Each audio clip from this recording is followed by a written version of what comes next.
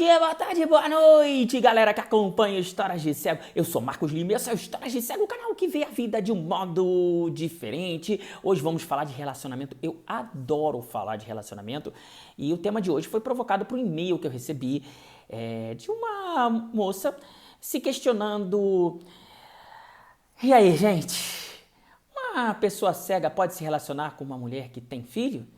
Esse é o nosso tema de hoje. Se inscreva no canal, deixe seus comentários, mande e-mail para historiacego@gmail.com. Quem sabe o seu comentário, o seu e-mail não vire um tema para o canal.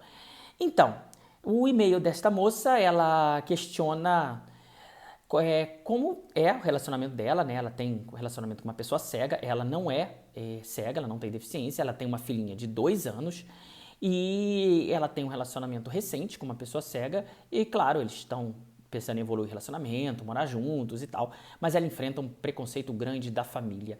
E ela me pergunta, né, como é que o que eu acho da história, se o preconceito da família, os questionamentos dela fazem algum sentido e... Enfim, compara um pouquinho também com a minha situação, né? Eu vivo isso também na minha vida, eu namoro com uma pessoa que enxerga e que tem filho. Então, respondendo a ela, eu já respondi por e-mail, mas eu vou dar essa resposta aqui mais geral, que eu espero que sirva para outras pessoas também. É o seguinte, quando a gente fala de relacionamento, a gente precisa ter nossos questionamentos, óbvio. A gente não tem que se sentir culpado por questionar, né?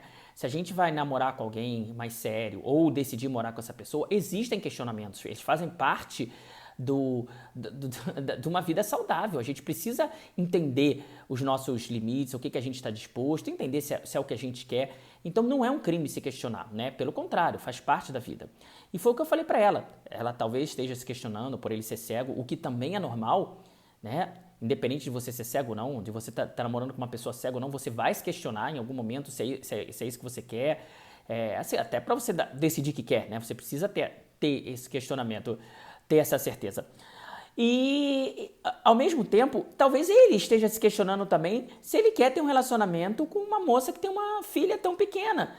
As crianças são mais dependentes, talvez tenha o contato muito mais próximo com o pai dessa criança, né, que é um relacionamento antigo dessa pessoa. São coisas que você tem que levar em conta, né? O que vocês vão poder fazer juntos, sabendo que existe uma criança muito pequena e muito dependente da mãe. Então, questionar faz parte de todas as partes.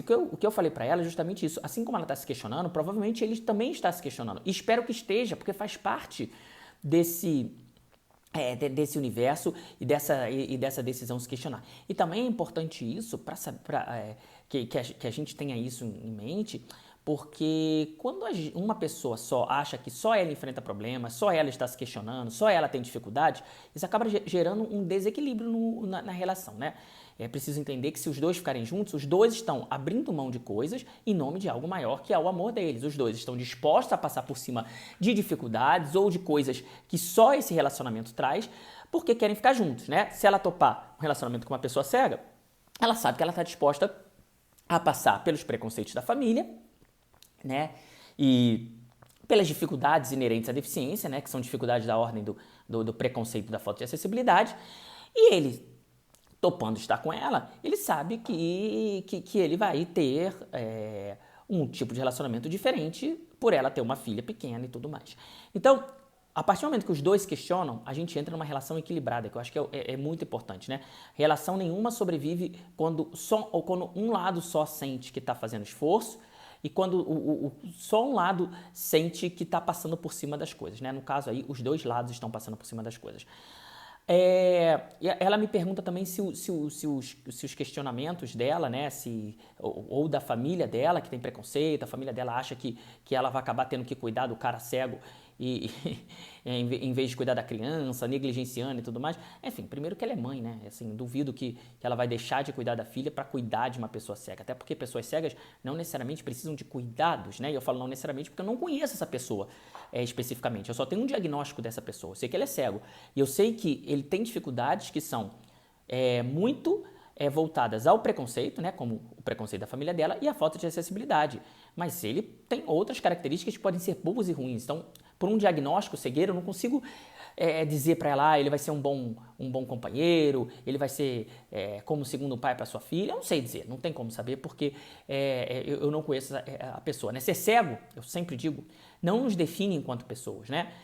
Isso não é só uma frase de efeito, isso é o que eu penso de como nós somos, né? Existem cegos de todas as formas, de todas as idades, de vários amores, enfim, existem todos os tipos de cegueira. O que eu posso falar a respeito de uma pessoa cega que eu não conheço é simplesmente que ele vai passar por preconceitos, e passa por preconceitos e que tem dificuldades inerentes à deficiência visual. E só isso, porque o resto, ele pode ser um cara amoroso com o filho dela ou pode não ter paciência nenhuma, né? E aí, ele pode ser um cara dependente dela ou pode ser um cara independente.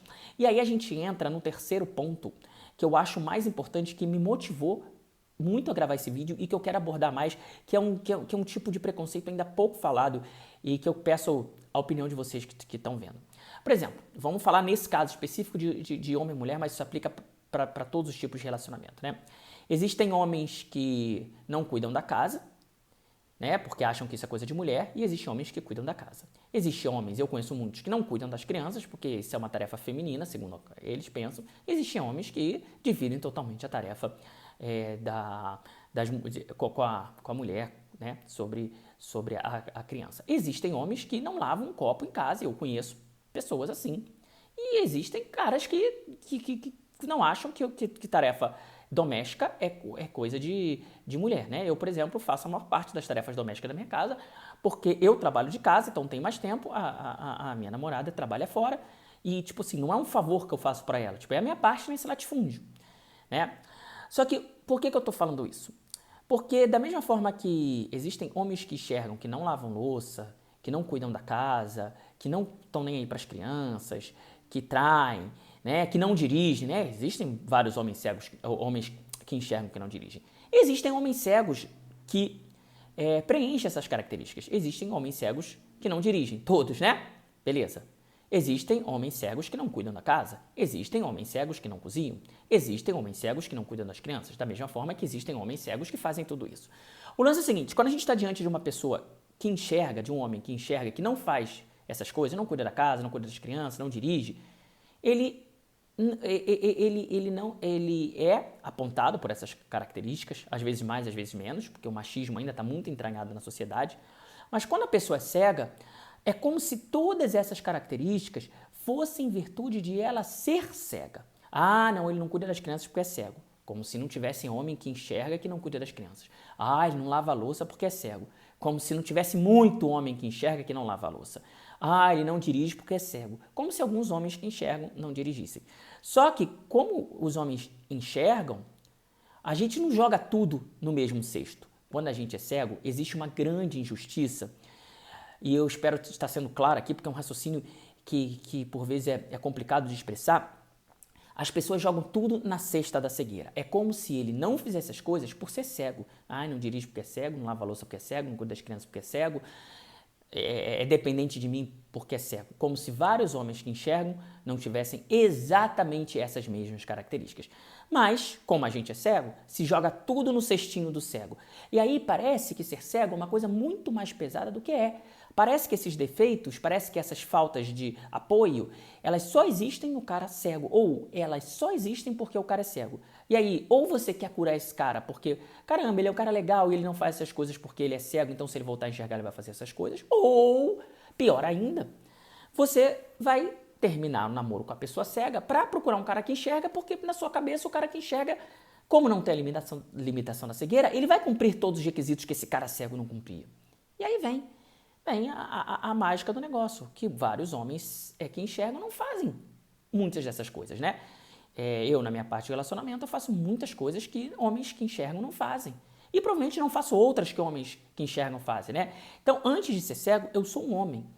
E o namorado dessa pessoa que me escreveu é um homem também, com defeitos e qualidades, com limitações que não necessariamente estão atribuídas à cegueira, que podem ser simplesmente atribuídas ao fato de ele ser homem, né? Ser uma pessoa com a sua história e tudo mais. Existem homens dependentes, existem mulheres dependentes, existem cegos dependentes, existem cegos que não são dependentes.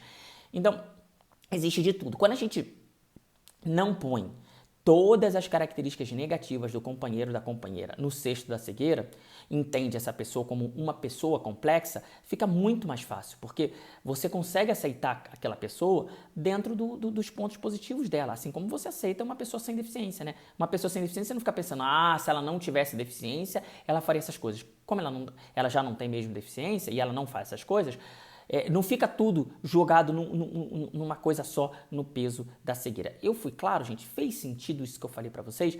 Então, o conselho que eu dei a essa pessoa é se questionar mesmo, não se culpar por se questionar, e não botar tudo na bagagem do cara por ele ser cego, senão é muito peso, né? A gente já carrega um peso grande por ser cego, por conta da falta de acessibilidade e do preconceito. A gente não precisa carregar o peso da cegueira quando a cegueira não é necessariamente o peso. Por exemplo, eu não cozinho. Cozinho pouco, para não dizer que eu não cozinho. Cozinho pouco, faço arroz, faço legumes e tal, mas não me aprimorei na cozinha. Eu poderia falar que é porque eu sou cego. Talvez o fato de eu ser cego tenha me afastado desse aprendizado. Mas tem outras pessoas cegas que cozinham bem, muito bem. Então, não dá para botar isso no cesto de frutas do ser cego. Entendeu? E isso é um tipo de preconceito que a gente fala muito pouco e que eu conversando com as pessoas e me questionando, eu acabei chegando à conclusão de que existe e existe muito. Vocês concordam? Vocês discordam? Deixa aí no comentário, porque relacionamento como esse você nunca viu e nem eu. Tchau, tchau.